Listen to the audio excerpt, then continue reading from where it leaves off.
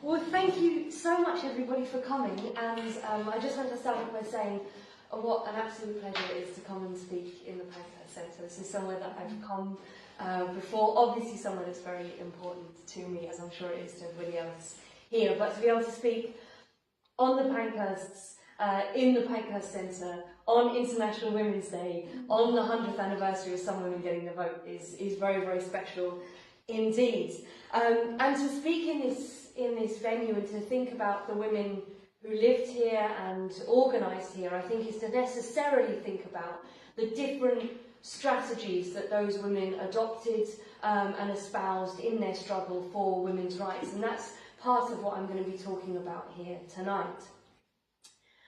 And as well as different strategies for campaigning for women's rights, there have also been different approaches to this 100-year anniversary. One approach, which I am not going to adopt here tonight, but was the approach that Theresa May adopted on the anniversary. And she gave a couple of speeches on the 6th of February, where she talked about the legacy of the suffragettes in these terms. She talked about the fact that there are now some women in Parliament, the fact there are women at the tops of multinational companies, women at the top of the police force, and she described this as the legacy of the suffragettes, I think, with quite a misplaced smugness, really, because she didn't talk about low pay. She didn't talk about the experience of the vast majority of women in this country. She didn't talk about the services that have been cut as a result of austerity, of the government's austerity, that have disproportionately hit women, disproportionately driven women into poverty, disproportionately trapped women in potentially violent situations in the homes because of the cutting of the rape crisis centres, because of the cutting of public services on an absolutely huge scale. And I think that's what I want to start with, that I don't think this is an anniversary for complacency or for a sense of smugness. She also said this when she talked about it, the importance of 2018. She said, in an age where millions around the world are denied the right to vote, and millions here at home are apathetic about exercising it, it is only right that we all learn more about those who fought so hard to extend the franchise. And I think, again, this is a very problematic way of approaching this anniversary. It implies that there's something very superior about the British state, and that those that don't vote, and we know that that disproportionately is people who are poorer, who don't feel like they have a stake in society, who feel alienated from the political class for very, very obvious reasons, that that's just an apathetic personal choice that they've made, and they just need to learn a little bit more about this history. But it's that sense of the British state as superior to others around the world that I want to start off with and take on. Because I think the question of what the state is very important and ought to underpin any kind of attempt to answer this question about why, how and in what form women, some women, won the right to vote in 1918. And to think about the state and what it is, I think one of the important starting points here, one of the very useful quotes about this, is a quote from Karl Marx and Friedrich Engels in the Communist Manifesto, written in 1848, just before the two of these revolutionaries fought very, very hard for democratic rights in what would become Germany. And they described the state as a committee for managing the common affairs of the whole bourgeoisie. So what do they mean by this? What they meant by this was that the state is not something neutral, but is an instrument to maintain the dominance of the dominant class in society. That is what's used by them to maintain their power and their privileges, and that therefore the state itself is fundamentally undemocratic in what it intends to do. It intends to keep the status quo and the dominance of the privileged in society. Now, if that's a useful description of any state, I think we need to take a step back and think about how particularly that applies to the British state, and particularly in the period that we are talking about, the Edwardian era. The British state most of the British state is fundamentally undemocratic. It is a democracy-free zone, if you like. We are allowed to elect representatives now to the House of Commons, and that obviously has been a very, very long struggle to achieve that. The House of Lords is obviously completely unelected, so also is the judiciary, the police, the armed forces, and so on and so forth, the monarchy. But the British state in the Edwardian period presided over the largest empire in the world at that time. So the existence and the power and the privilege of that state rested and relied upon the subjugation and denial of political rights to millions of people all around the globe.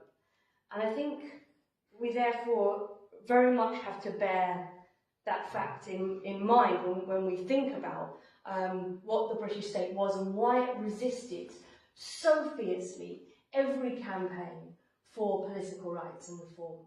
Because to give greater political rights endangered the state and indeed the empire.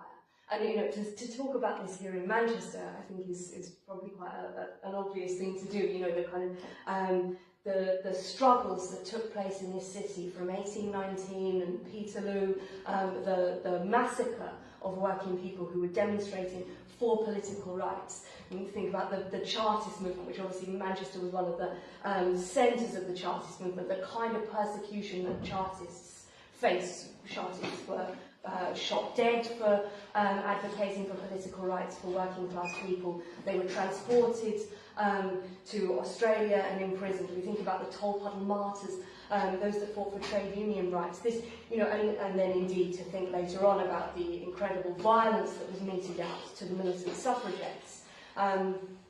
This was a state that has absolutely resisted or attempted to resist very, very violently indeed any attempts to demand even, you know, a small bit of democratic accountability in the state.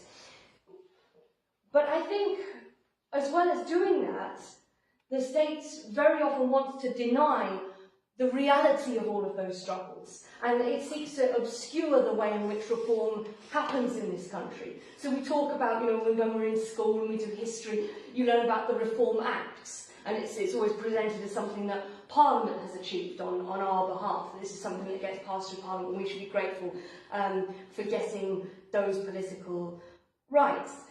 In a more extreme version of this, I wish to quote Lloyd George, the Prime Minister in 1917, in the House of Commons, explaining why he supported votes for women. He, although he'd been part of a Liberal government that had resisted, and he played a very important part in that Liberal government, being the Chancellor of the Exchequer, at a time when women were being imprisoned and persecuted for fighting for their rights. He declared in the House of Commons in 1917 that he'd always been in favour of votes for women, which must have been a shock to some people.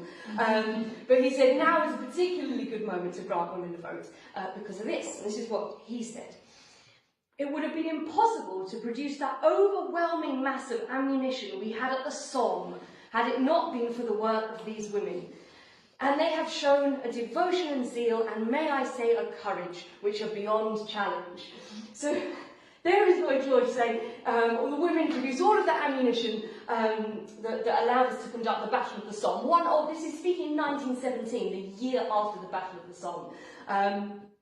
The year after this incredible level of violence. You know, from somebody who was offended by women smashing a few windows. Let's just remember that. But this is somebody who's absolutely saying, oh no, it was the devotion of women in the munitions factories, i.e. nothing to do with the suffragette struggle.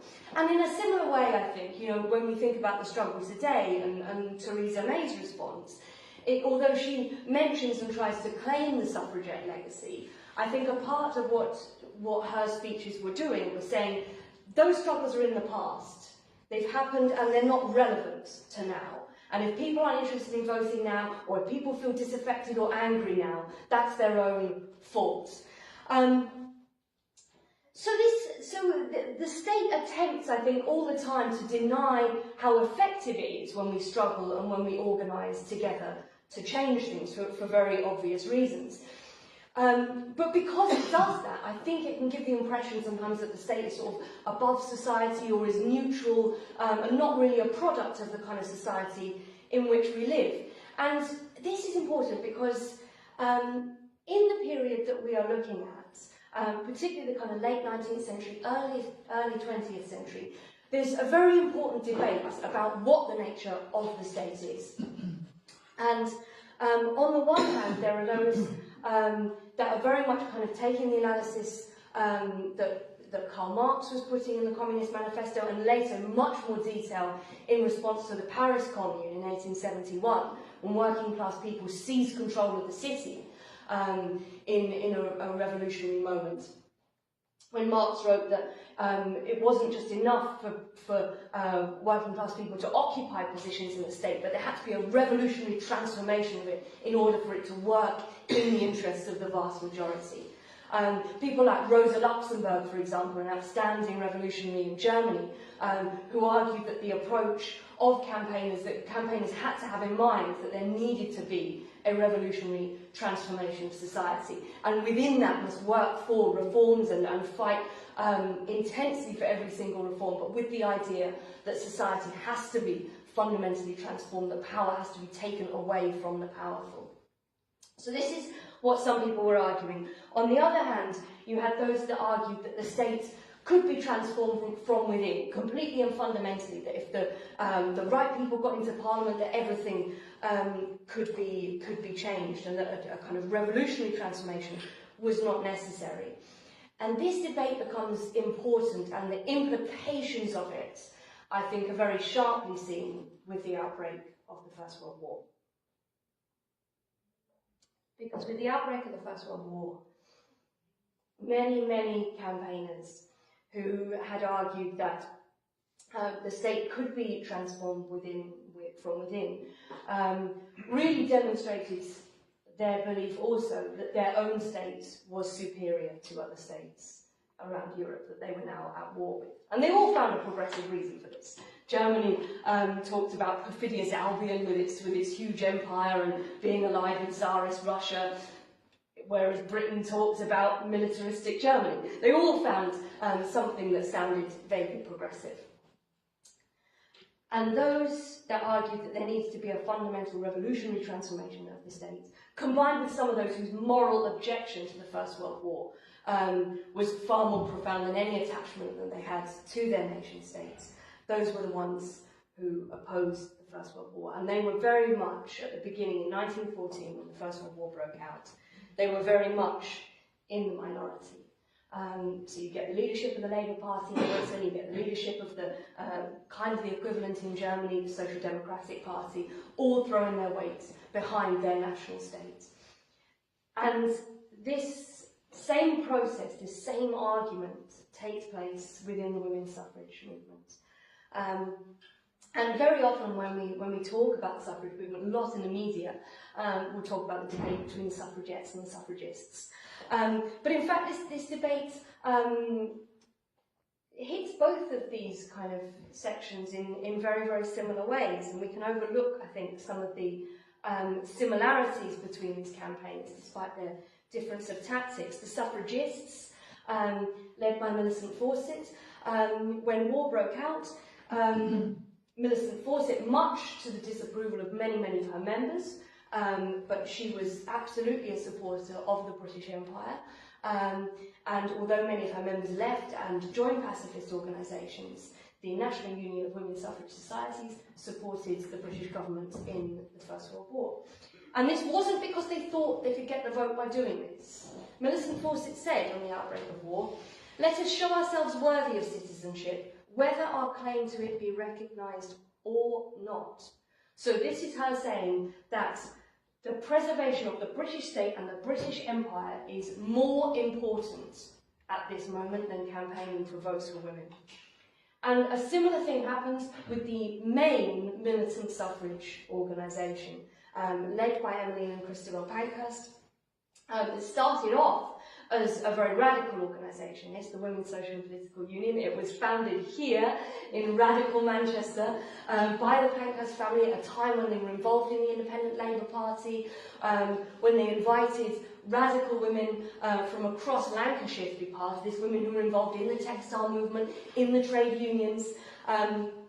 Women like Annie Kenny, who came to this house to meet and organise with the Pankhurst, women like Teresa Billinson-Grieg, who was involved in the Equal Pay League, women like Hannah Mitchell, a local working class woman, very, very radical origins. But in the face of the government's intransigence and refusal to grant votes for women, Emmeline and Christabel Pankhurst began to look to increasingly undemocratic forces and reactionary forces in society to try and win the vote, at least for some women, which we know would have been a more elite section. There were more appeals, for example, to the King. We know that Christabel Pankhurst was appealing to the Conservative Party and the Ulster Unionists as well. When the war breaks out, they explicitly say and call upon their supporters to work in the munitions industry, to support the war effort. I was going to say support the government, but actually they went even further. They even accused some members of the government of being pro-German. So, I mean, this is kind of how out of hand this situation got. But this wasn't the approach that everybody took. Their own members in these organisations were often quite dissatisfied with the positions taken by the leadership. But in the run-up to the First World War, there was a very important break from the organisation that Emmeline and Christabel Pankhurst ran, and that came from the second Pankhurst daughter, who lived here in her adolescence, Sylvia Pankhurst. And she was expelled from the Women's Social and Political Union for creating a working-class women's movement in the East End of London. And it was a working-class women's movement that, instead of appealing, as her mother and sister were increasingly doing, to undemocratic and reactionary forces in society and sections of elite women, was actually trying to link up with the mass progressive movements at the time. In particular, from 1910 to 1914, throughout Britain there is what breaks out is what's called the Great Unrest, which is a huge wave of strikes in factories, in huge industries across Britain, where working people, particularly those who've been written off, who've been derided as unorganisable, unable to stand up for themselves, marched out on strike, demanded better conditions, created trade unions, joined them in huge numbers, and won considerable gains. And this was the kind of movement that Sylvia Pankhurst linked up with, and in particular the sort of spark for her expulsion was her standing on a platform in solidarity with trade unionists who'd been locked out of work, effectively being starved back into work in Dublin, in Ireland. And I think for Sylvia Pankhurst, she very much saw that these struggles had a lot in common and a lot of strength that they could give to each other. And she saw that it was the same government that sent troops out to shoot at people that dared to go on strike, was the same government that was imprisoning suffragettes, was force-feeding the suffragettes in the prisons, was sending out the police to batten suffragette demonstrations. But also she saw that they both had an interest in combining together to fight for a much more democratic society, whether that be rights at work or indeed freedom in Ireland. And I think it's no coincidence that when the First World War breaks out, Sylvia Pankhurst is actually in Ireland reporting on troops firing on children. But at this point, the organisation in East London, I might take a few more minutes, if that's all right. And those that opposed the war were not really strong enough to turn the tides. These alliances that were being made, had there been a few more months, who knows what would have happened? Who knows if there would have been substantial and organised resistance to war? Instead, they weren't really able to turn the tide and to resist the government. And it was the bigger organisations that dominated. But even so, it's important to remember that those around Sylvia Pankhurst were raising arguments about why this war was not something that they should support. And I want to quote Melvina Walker, who was a docker's wife. Her husband had been on strike in 1912. She was a doctor's wife, lived in East London. And she wrote this days after war breaking out, after there had been attacks on German people in East London. She said, "How strange. British transport workers, trade union men, are called upon to shoot down German transport workers. And it's not so very long ago, in the time of our industrial war, I mean the Great Dock Strike, 1912, when we were fighting the large ship owners, we received with joy the news that these same men had sent us £5,000 to help us in our fight for better conditions. We said we would never forget their kindness. Let us keep our word by treating all those German workers who were left behind in our midst with civility." So what Melvina Walker is saying is that actually that act of solidarity proved that German workers and British workers had far more in common with each other than they did with their states that were sending them to war and to fight with each other. So the outbreak of war, we've got to reject, I think, Lloyd George's explanation for how women got the vote, that this was just their loyalty and they proved they could make wonderful munitions for the Somme. The outbreak of war prevented progressive struggles from progressing. It hindered them, it restricted them, and in fact they stopped organising. The outbreak of war was a fundamental attack on democracy. In so many ways, the election that should have been held in 1914 or 1915 was postponed to the end of the war, because democracy was not as important as Britain winning the war. That was literally the calculation that was made. The Labour movement gave up, the leaders of the Labour movement gave up the right to strike. The Defence of the Realm Acts restricted freedom of expression. And in 1916, conscription was introduced. So the immediate effect of the war was not to create democracy, but was to clamp down upon democracy. But there's another side to this. And this is where the war argument holds some truth, but only a partial truth. And I think we need to talk about what that is. That at the same time as it was this clamp down on democracy, the war demanded that society be fundamentally changed to prosecute the war. They needed women to go and work in munitions factories urgently. It was a time when the suffrage movement could have held the government to ransom, but no, they needed women to work in these factories to produce the munitions, and women seized this opportunity to change their lives. They seized the opportunity to get out of miserable domestic service, whether it would have been mostly one or two of them in some house serving lady and lord so-and-so or whatever. Very atomising and depressing, demoralising work where you have to live in your employer's house, where you get maybe one afternoon off a week. They seized this opportunity to get out of there and work in a munitions factory where they were better paid, where they had free time, where they could go out after work. Change. But also, as the war goes on, people involved in these progressive movements, who've given up their campaigns, who'd been told they had to give up the right to strike and all of these things, saw that this sacrifice, this giving up of particular interests, was not being done at the top of society. In fact, the very opposite. There was profiteering going on in a huge level during the First World War. Rents skyrocketed. Prices skyrocketed in this period of the First World War because for those landlords, they wanted to make a profit out of this situation. It was very important that their profit margins were preserved. And really the resistance to the prosecution of the war and the way things are going and the unequal levels of sacrifice, the first kind of resistances to that comes from women.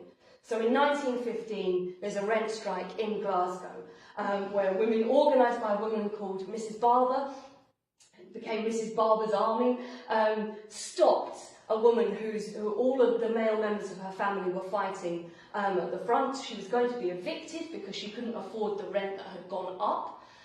Mrs. Barber's Army organised a defence campaign for every woman that they threatened to evict, and all of these women in the community would come round, they'd hide out at night with bags of flour, and as soon as the bailiffs turned up, they'd call each other, they'd throw the flour over the bailiffs, they'd stop these people being evicted.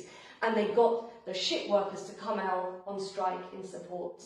And really you see it in this period from 1915 onwards, all of this, working people must sacrifice everything and give up any right to protest about any injustice, all starts to break down on a very, very significant level. There are strikes in the coal mines, there are strikes, and these are, by then illegal strikes, there are strikes in the engineering industry. one of my sort of favourite quotes about this is about striking women munition workers in Newcastle who were told to go back to work for the sake of the soldiers.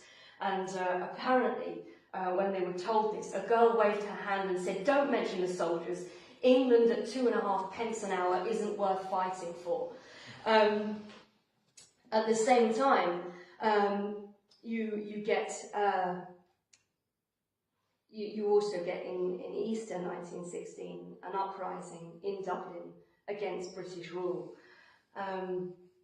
Which newspaper potentially breaks the laws, sneaks into Dublin to give a true report of this to get round the Defence of the Realm Act? It's Sylvia Pankhurst's newspaper from East London. She sends a reporter, a young Irish woman, to sneak back into Dublin to report about what the imposition of the British Empire was really like. And in the interviews that this woman did, she asked an old woman what she felt about what had just happened, the crushing of this uprising against British rule. And this woman said, "The English don't hate the Germans the way they hate us." And I think you get this sense, this woman in Newcastle, but from quotes like that, you get this sense that people are really drawing a conclusion in the First World War, that the enemy of the ruling elites in Britain, for the ruling elites in Britain, is their own colonial subjects and their own working class.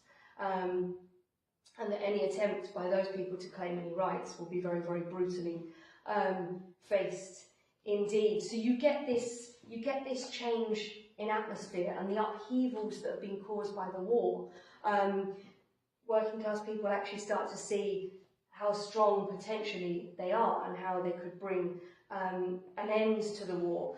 To come back to Melvina Walker, she was arrested in Hyde Park for apparently saying this, Melvina Walker, who extended her solidarity to German people. By February 1917, this is what she was saying, that our class in Germany was just as good as we are. What we want is peace. It is up to us workers to end the war. And I think, by 1917, you get this sense all the way across Europe that working people have lost any faith in their governments to end these wars, that it was just a bloody war of attrition on the Western Front. And people start to realise that if this war's going to be stopped, they're going to have to stop trusting the politicians, that they're going to have to put a stop to it themselves. And this starts, most dramatically and most decisively with the Russian Revolution in 1917, but then, in different armed forces, in the German armed forces, in the French armed forces, in the British armed forces, there were strikes and mutinies all the way across those services. And this is the atmosphere in which women's suffrage is now debated at the end of the First World War. I won't end very soon, but I want to just give two quotes about this and about what really was felt to be at stake here.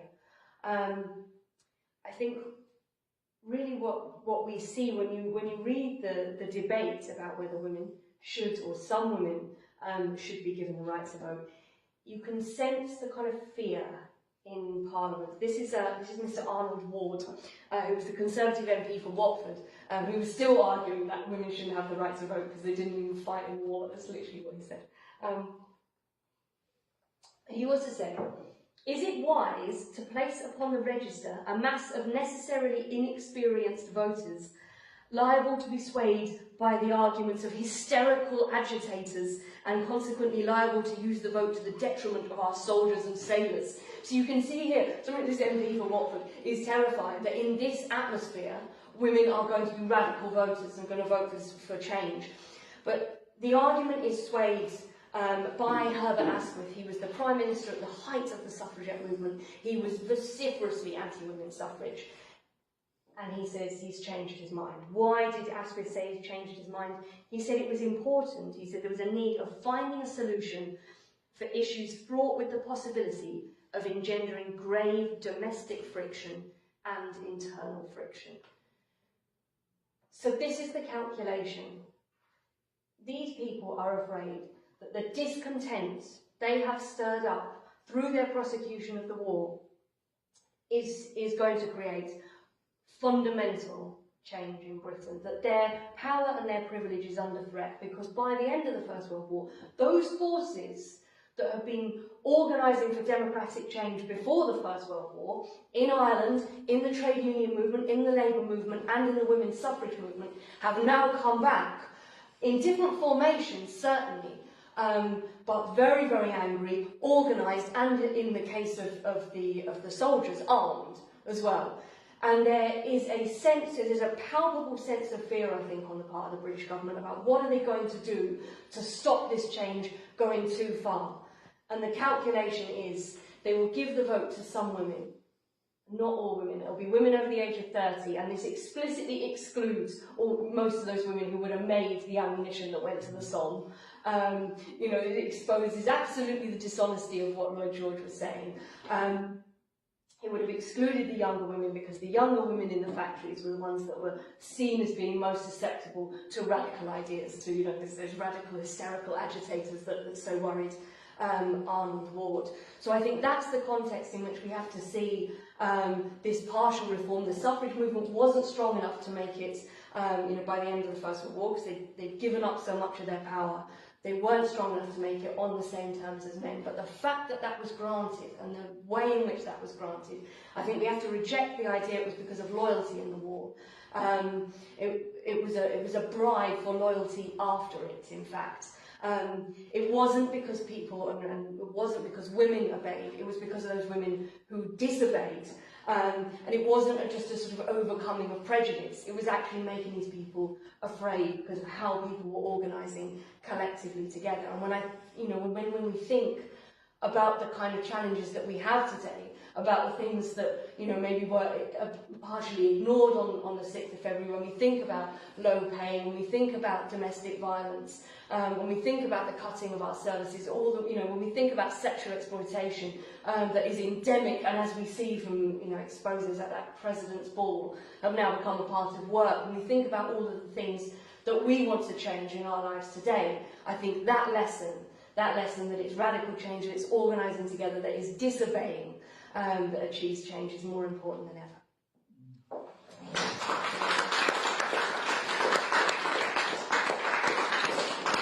Thank you for that very passionate talk. It was wonderful. So what we're going to do now is we're just open it up really to comments or any questions for Kate. It'd be good if anyone's got a question, put the hand up, and then if there's quite a few people, we'll maybe take questions and comments first and then come back. Okay. So has anybody got any comments or questions that would like to do? This is about Galsworth. Do you know about that entirely? Do you want to talk about kind of how we see changing that? I mean, already this demonstration is actually happening today. Yeah. There's going to be another one next week. So. Yeah, well, I mean, you may well know more about this than me, so please come back if I haven't sort of covered it. But I mean, sorry, should we take a view? I just sort of launched in there. Anybody that's got any more questions or comments for now? Because other people might want to comment. We just want to be fair to see if there's anything. Okay, sorry. My question is just around the links between the women's suffrage movement and men's movements. Just don't know about that. And the other question is about so obviously they were the votes extended to some women over the age of 13, blah blah blah. So was that something that a lot of women fought for, or did they generally campaign like for working class? Votes? Any other comments or questions? We can come back and just a comment really. I was quite interested in what you said about the working class women sort of defending other women and families from being evicted, and I missed sort of who you said that was, or it's a story that my gran told to me, so first hand about chasing landlords down the road, and not just her, but with broomsticks or brooms. That when they came to try and evict people who, I mean, this is working class people. It would have been in Manchester by then, I think, as well. I know she flitted a lot. Various kind of like, my mum said to me about her and her sister sharing a bike for Christmas, and the people who she bought the bike off came and collected it the next day. And so it's kind of that kind of poverty you're talking about. But that was a collective thing that people used to do, so I was quite interested in that. I didn't know there was any kind of recorded information about that, because I just got that first hand from my grandmother. If there's no other ones around, we can always come back as well. So do maybe Yeah. Sorry about just jumping in there. It's like I've spoken enough. On weekend, great. I mean, what's happening at Yarmswood is disgusting. I mean, and yeah, please, if you know, I don't know a huge amount about what's going on there, but it's obviously it's a big detention centre. Obviously, like, women and children shouldn't be locked up in, no one should be locked up in detention centres. But, you know, especially not people who are very, very often going to be fleeing, you know, horrendously violent situations, are going to be, you know, people who are traumatised and then are further traumatised by this experience. And we know that we've known for years that the conditions in these detention centres are disgusting. They're run by private companies. They're completely unaccountable, and people are treated appallingly in there, and we know this. And very, very bravely, it seems, that some of the women imprisoned in there have gone on hunger strike. And it seems that the response to this has been to issue them with letters to say that if they do that, then they'll be sent back home quicker, or wherever, quicker. Which, I mean, it's just disgusting. It sums up so much about the kind of brutality of the way that refugees are treated in this country. And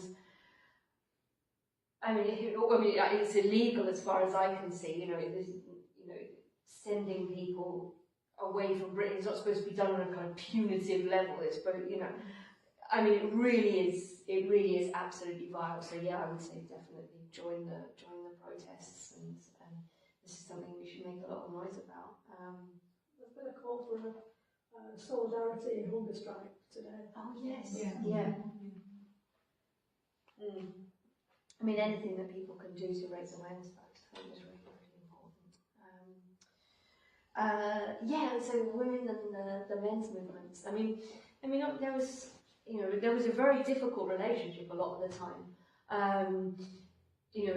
There was a lot of sexism, obviously, and there were particularly in the labour movement and the socialist movement, there were men who were very supportive of women's rights and who were committed to that, and were committed socialists, and they understood that fighting for women's liberation was a part of that. And then there were those that didn't understand that at all. So this was a battle that had to be fought, and so there was different relationships with different individuals and different leaders, and certainly Sylvia Pankhurst really believed that these divisions, if they were there, could be overcome through organising together, which I think really is the only way that we change people's ideas. It is by showing solidarity, it is by organising together, by showing that together we're stronger. And certainly the kind of progress that she was making and the links that she was making, I think, were incredibly important.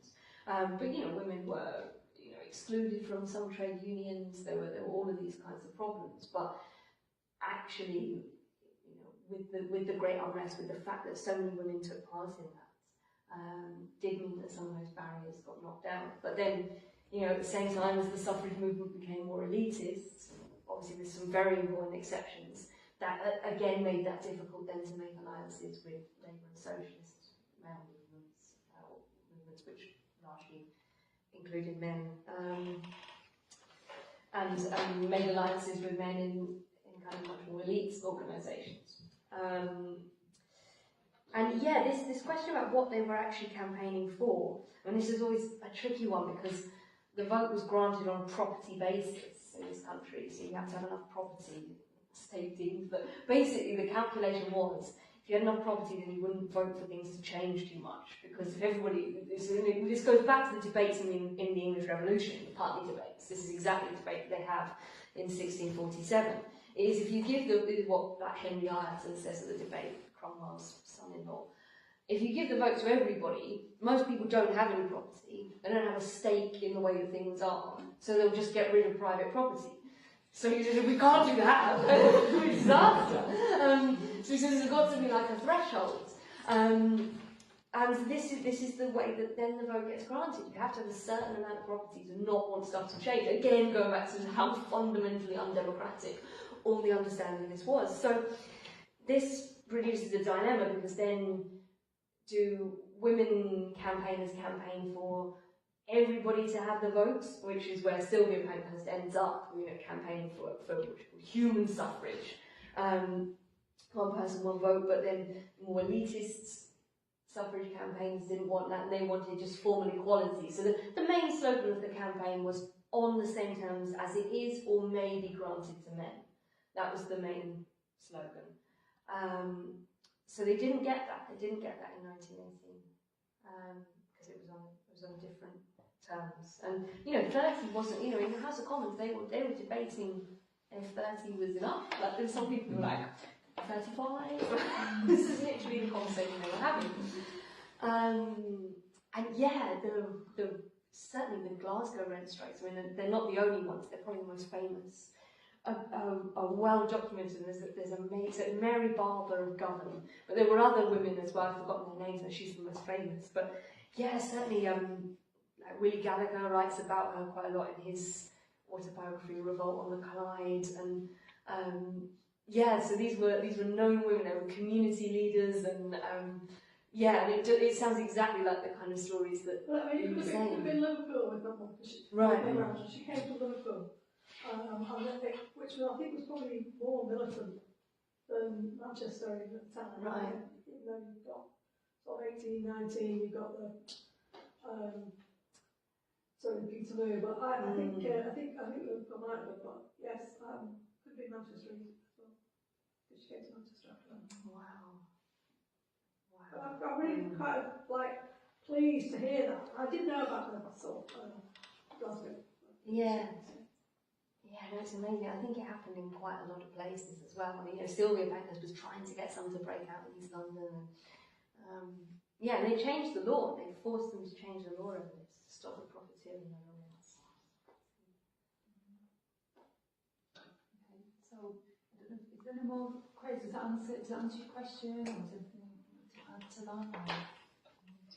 I was just wondering, because men were fighting for more rights, weren't they, to get the vote for working class men? Well, not very much, really. I mean, there was I guess there were sort of other things that, there was a campaign for adult suffrage, so for everybody, but it wasn't particularly lively, and it involved women as well. But there wasn't really, I would say, like a sort of men's movement to enfranchise all the rest of the men.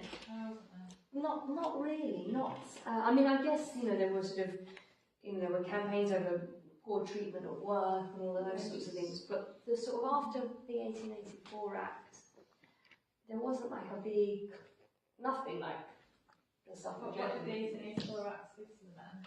So what did the 1884 Act do? So that enfranchised sort of poorer men who were living in kind of agricultural countryside districts. But then in 1910, what the government did is they actually introduced a bill to enfranchise another section of poorer men. So they kind of changed again the property qualification. And this was a complete shock to the women who were like, well, where's that? We've just been campaigning and you've introduced another male suffrage bill. And the government said, well, you can introduce an amendment, and of course they voted the amendment down. But yeah, that was a shock to everybody, because they were like, it's not really it wasn't men and women, it was... What was the equivalent then? What would the equivalent be today? I've heard it was said it was the property requirement was £5, a minimum of £5. So what would the equivalent of that be? Oh, Oh God, and I'm actually terrible with numbers, so I'm really sorry.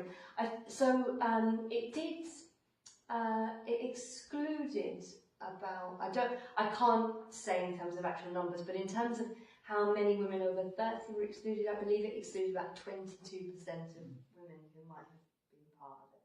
I mean, I can go back to sort of the 1960s probably, and my sister bought her first house for just over £1,000, I think. So you're talking, 50 odd years before that. So kind of equivalent, really. I'm just trying to. it'd be something that would encompass, and obviously like house prices have gone crazy, but it would be something that would encompass most women, but by not all, and 22% is a lot to be excluded. Or married to somebody.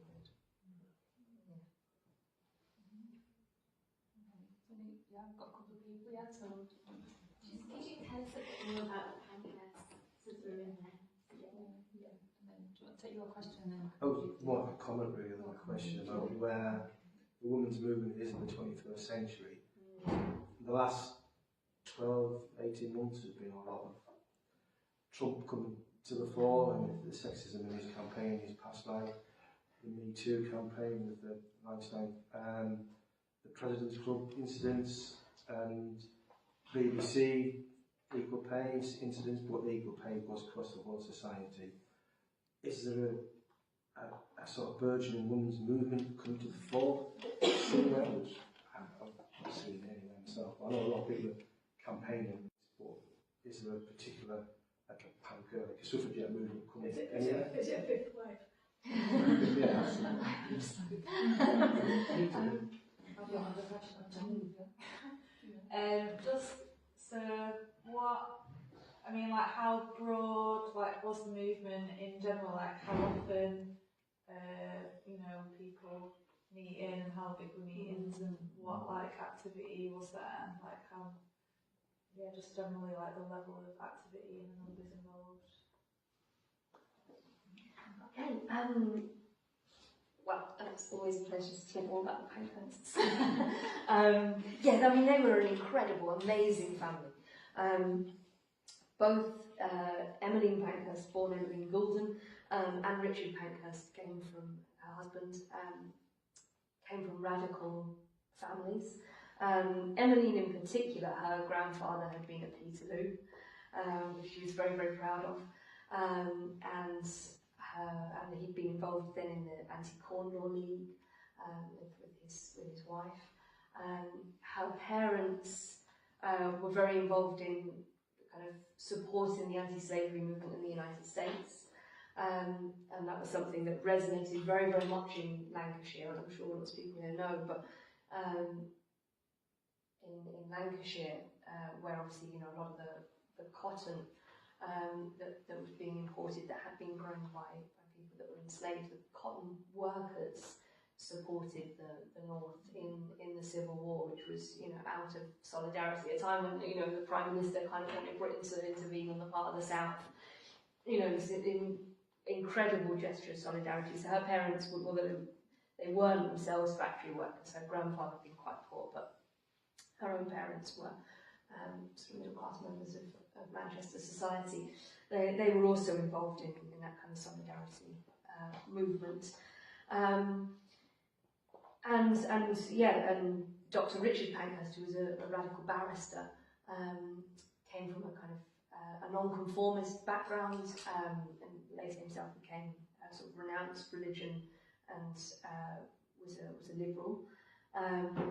But both of them, so both he and his wife, they had a very political relationship. They were united by politics, and you very much get the sense that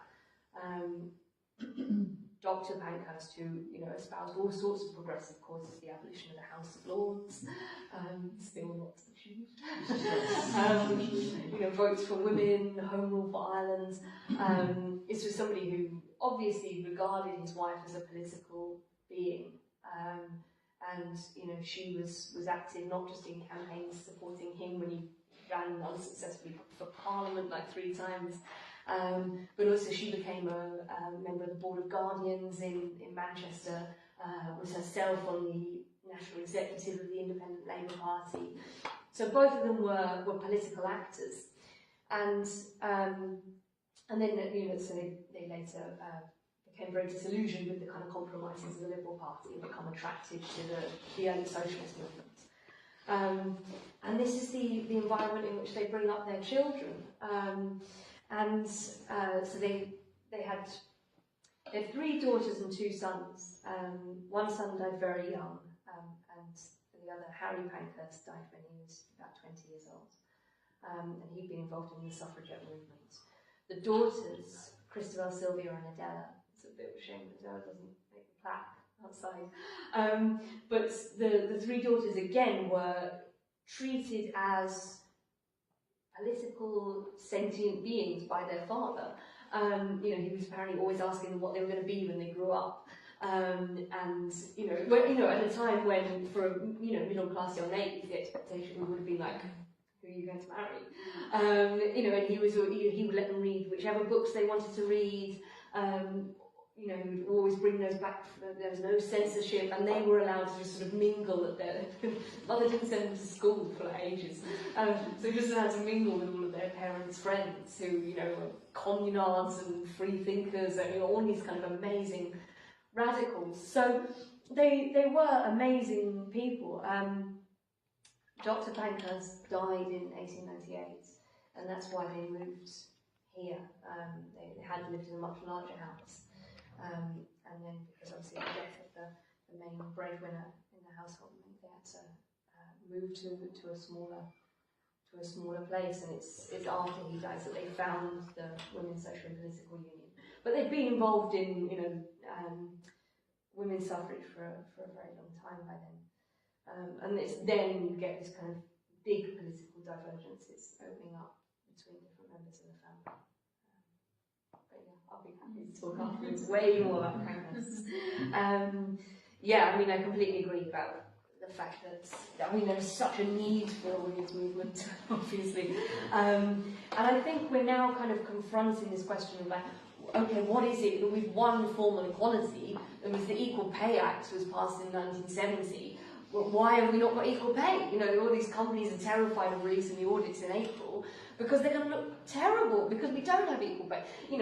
And all of these other kinds of issues. It can be formally on the statute, and yet there isn't equality, and we know. So I think we're coming up against the kind of the limitations of that, and we're coming up against the limitations of the kind of democracy in which we live in when we don't have power over economic questions.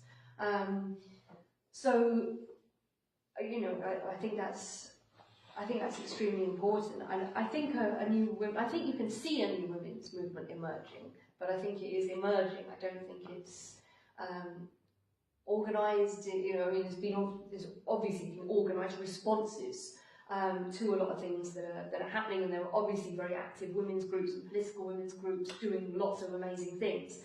In terms of something wider and more coalesced, I think you can start to see some of these things coming together in the anti-Trump campaigns maybe, but yeah, I think there's a lot of scope and a lot of space, and I think there's a lot of will for it every time you see people fighting back. But there's so much support, but I think now it's going to be so connected to just all of the kind of wider attacks. I think it's no coincidence that if you look back at the big social movements of the last, at least 20 years, women have very much been in the leadership. Stop the War campaign,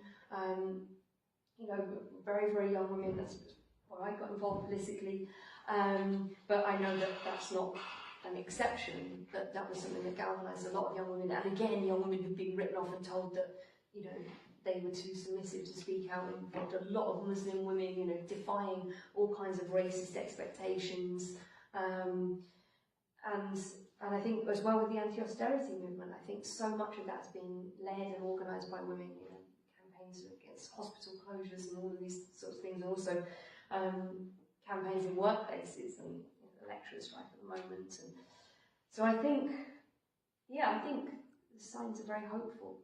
I hope so. Yeah. I've got 2 daughters who one's just she's 21, and 18, and they're not particularly interested in politics. I hope they will. I mean, one's a nurse. Right. I couldn't get her to come on the NHS demo when she lived in Oxford. She wasn't a million miles from London.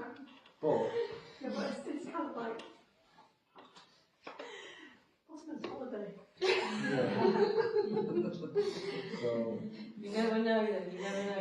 no, I don't know, but hopefully that there'll be some leaders come through the political system just focused on particular issues. I mean, there are plenty of strong women around in Labour Party, but hopefully they'll get into parliament and they'll start changing. Yeah, but I guess, I mean, I also think that leaders are thrown up sort of, can be thrown up anyway, yeah, you know, and it's often it's the person who will speak out at work, or, you know, it's that courage just to say no, and I you know, or to start organising, and we can all be that, I think, and we can all do that, and it's important that we do. I was asked a question as well about breadth. Yes, that's the question. Yeah, about how broad was it? Yeah. Oh, I have to quantify things again. The suffragist movement was very, very extensive. It had branches all the way around the country. Because I can't do numbers, I can't actually remember. And I don't know how many members they have, but a huge number. I mean, how many? Thousands. Thousands. Hundreds of thousands. The NUWSS was Yeah, it was enormous, wasn't it? It had branches absolutely everywhere. The suffragettes were smaller, although actually at a branch level, I think people sort of picked and chose what they did, and they didn't necessarily define them in the ways that we would define them now. We know that over 1,000 women went to prison, and the activity seemed to have been, I mean, obviously, like everything, it varied according to region. You know, sometimes the local organiser would get tired, and then like the energy would sap, you know, in different, you know, or then just how things are now. Like sometimes everybody feels really up and enthusiastic, and other times people feel that. So obviously there were those kind of variations. But yeah, and we know that. I mean, certainly I was looking into the minute book of the first militant suffrage branch in London, who were originally called the Unemployed Women in South West Ham, which is interesting in itself. And they were getting like 80 to 90 people to their weekly meetings in 1906. So this is, yeah, it was something that potentially could, in terms of the mass meetings they held, nobody could compete with the suffragettes. You know, packed out the Albert Hall, every hall they booked, the Caxton Hall, they'd have weekly at-homes, and they'd pack it out, the Queen's Hall, the same thing. Huge demonstrations. So, yeah, they were very broad. They were, the militant suffragettes were the best financed campaign in Edwardian Britain. I mean, it was absolutely incredible. But yeah, obviously, We've got a couple of questions. I know you've got a question, so let me just check as well. We've got, yeah, it's not, we're okay. I think it's on, yeah. Okay. What are the kind of ideas swirling around the kind of current feminist movement? Because right now, the only one that's kind of in the media is the entire thing around Labour and whether the women's only shortlist should be open to transvestites. But obviously, there's going to be others. And it's, yeah. You know what you were saying about there are more members of the suffragist movement than the suffragettes. Yeah. I was just wondering why that would have been. Like, would it be because perhaps like the suffragettes were seen as more extreme, more radical, or whatever? That's all I was going to ask. Yeah. Are there any other questions? Just so I will just on this one. I don't know if it's a question. It's more about sort of the fact that the WSPU effectively split, with Sylvia going one way and Emmeline and Christabel going the other direction. We've seen a sort of reflection of that in the women's movement all the way along, and it's kind of, I just think, you know, it seems to me that there has to be that element of class involved. I mean, I'm on Sylvia's side, but you know, when we had sort of things like the Blair Babes, where we got a massive increase in the Labour Party of Labour women. But I can remember actually attending a conference and being pushed out of the photograph. I wasn't an MP or anything like that, but because I was dressed probably pretty similar to today. And they were all coiffed and nice Margaret Thatcher suits, really. So it's kind of like, it's what kind of women are being promoted and where those splits are really occurring. To me, it's about class.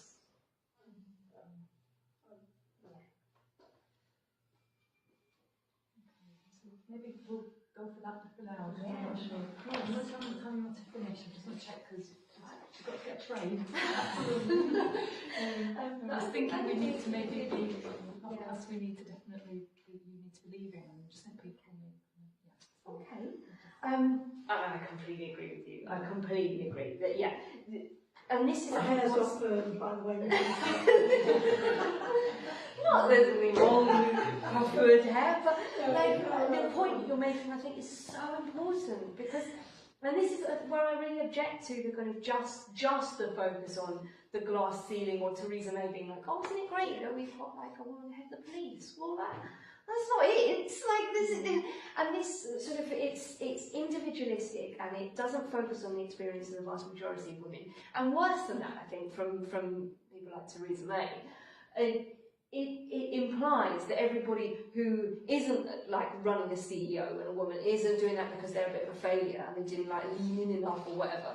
And I think it's pretty poisonous. And I don't think it speaks to most of our concerns. If that's what it was about, if it was just to get a few individual women in places of power without challenging those structures of power, I mean, you know, all this sort of focus on like who's in the boardroom, like, okay, it's not good to have a society where the top of society is, you know, completely dominated by white males, although white rich males, although obviously it still is. But if that's just the focus and there's no question about like, well, who comes and cleans that boardroom and like what are they paid and are they like, you know they're going to be majority female, you know they're going to be majority from ethnic minority backgrounds, like then that's a women's movement that is really just for a very small minority of women. I mean, I completely agree, and I think that kind of speaks to your question about like what are the, you know, I think there are real issues out there that a women's movement today needs to be tackling. And I think, low pay is an absolute disgrace. You know, the fact that low pay in general is a disgrace, but then also when you break it down, the lowest 10 paid occupations are the occupations that are in the majority done by women. And surprise, surprise, they very often correlate to the kind of work that women do for free in the home, like cleaning and caring, things that are immensely valuable to our society, but because we are generally expected to do that in the home, then that is something that is completely devalued. Is that around the living wage campaign and those kinds of? Yeah, I mean, I think the living wage campaign is a part of that, but I think there needs to be a huge assault on poverty in this country and the whole way this country is organised and structured. I mean, I think that's a very important part of it, but there needs to, I think, to be a fundamental questioning of what we value in society, or not what we, I think we probably like agree on that, what things are valuable in this room, but you know, the way that society is organised and structured at the moment you can just see is absolutely inhuman. And I'm thinking very much back to the events of last year on where the turning of property into a super commodity has got us. I think really we need to start questioning the whole way that things are organised. You know, why is it that everything is organised around profit? Because a society that's organised in that way relies upon the greater kind of discrimination and oppression of women. It's a very, very useful tool. And yeah, so I mean, I think there are very many things that we still have to fight for.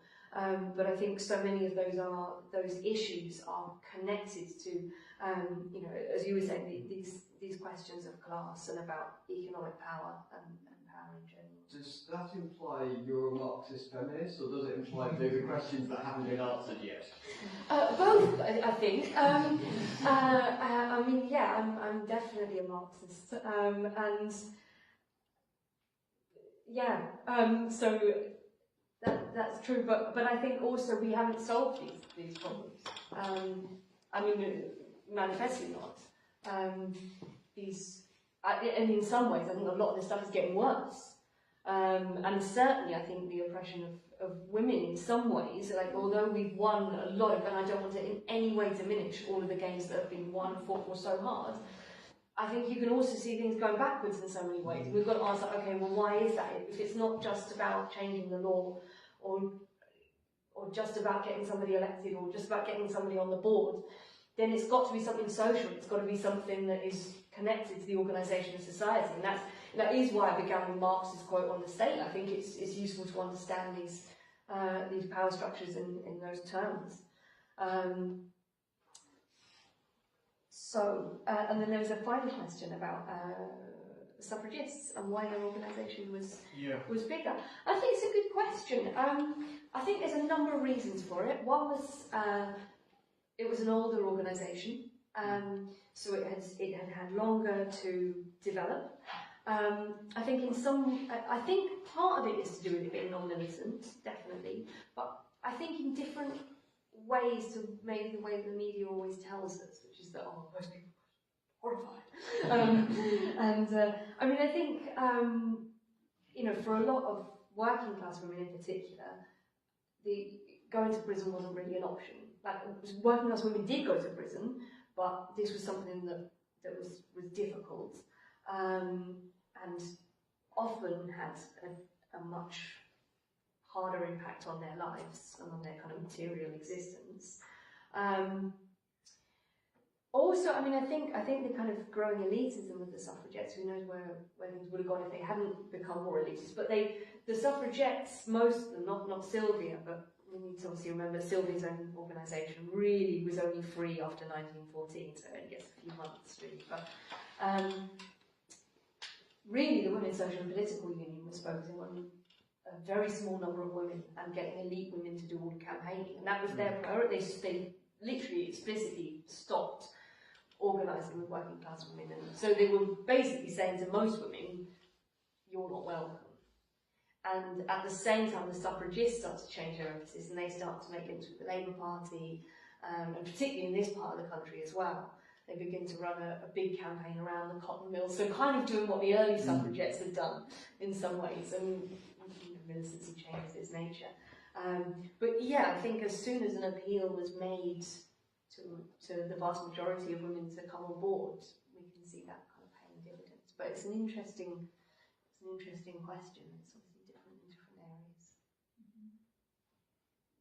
Okay, so it's 8:10. Not quite sure how long you want to go on, but are you okay if we see some more Absolutely. If people have got more things they want to ask, then absolutely, or say, or... Have we got any other maybe comments or any questions that's generated? Because you've given us a lot of interesting information. So, is there anything else, or is that not okay now? Following on from your question and your answer, thanks, Georgia. Start reading a little bit about unionism in the same era of suffragettes and suffragists.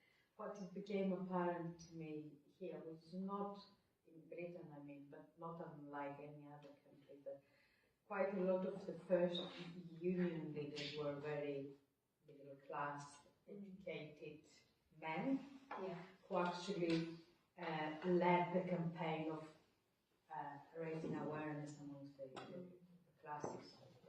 Indeed, we know our most valued leaders, Marx and Engels, were very high in upper class. But actually reading about the union leaders being middle class, that came as a surprise to me. Surely shouldn't have that. That's one question for me in my head. And the second one is the fact of that First World War historic moment where even the unions took the side to go for war. most of the unions were pro-war, like Emily and Christabel went. And I'm thinking there must have been something during that historic moment that people so mistakenly sided with war, an imperialist war nonetheless. But then you had the Second World War, which was a just war against fascism, for example, and the resistance in working class kids as well. And I just wanted to take your view about this two sort of oxymoron, if you like. Yeah.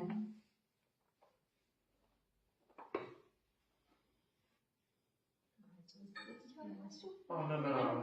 Sorry.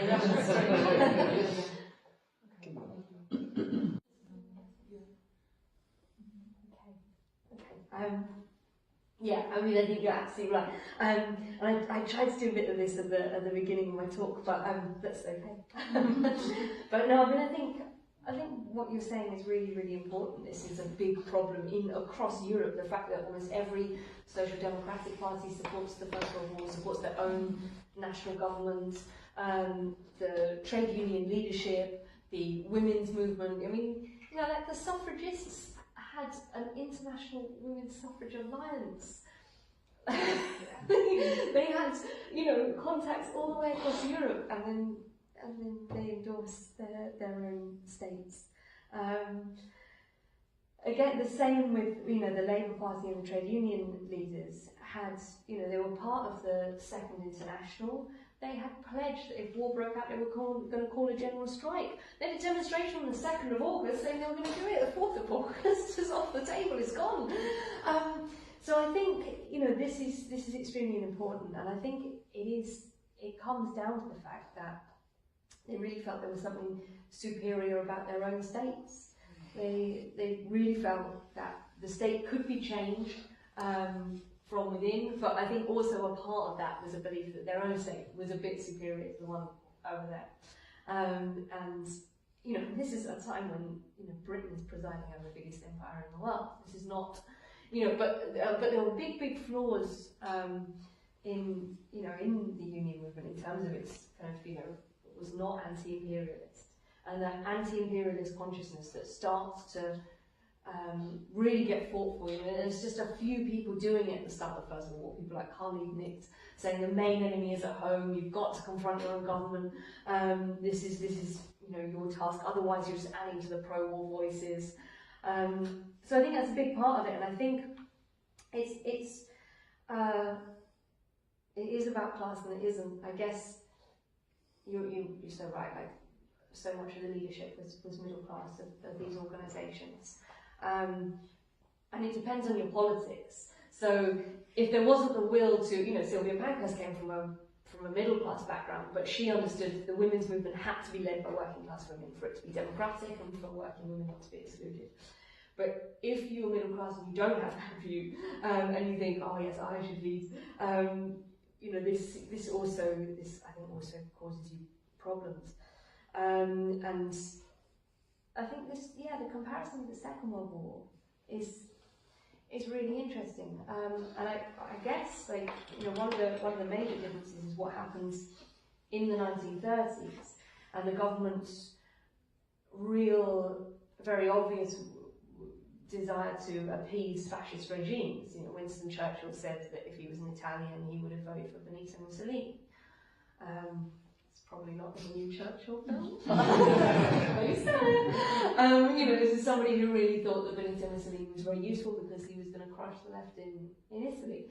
The British government was openly appeasing Hitler throughout the 1930s, and in opposition to that, is creating a huge movement in, you know, aiding Spain, you know, very much against the British government. People went out to fight in Spain, defying this government's declaration of neutrality, which obviously meant that the well-armed fascists won. And you know, and this brings us back to our Sylvia Pankhurst, which I guess is a nice place to end, and why I think she's so important. This is somebody who, all of her life, had an understanding of democracy that was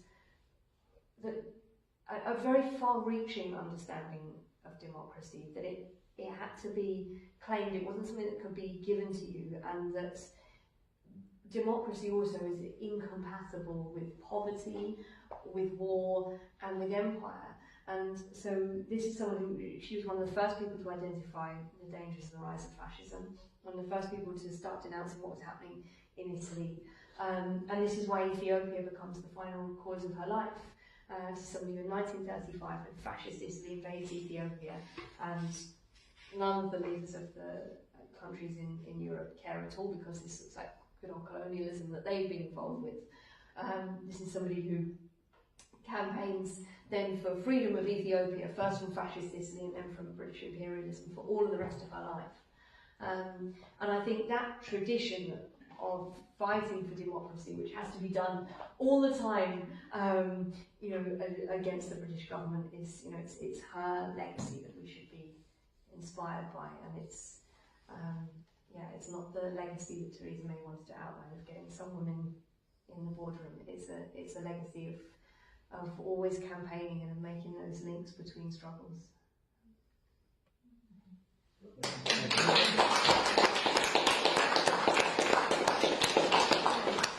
Kate's got a bit of time. If anybody is interested in the Rand book, I've got that recently. I've not read it yet, but I will be. It looks really I've good. read it. Okay,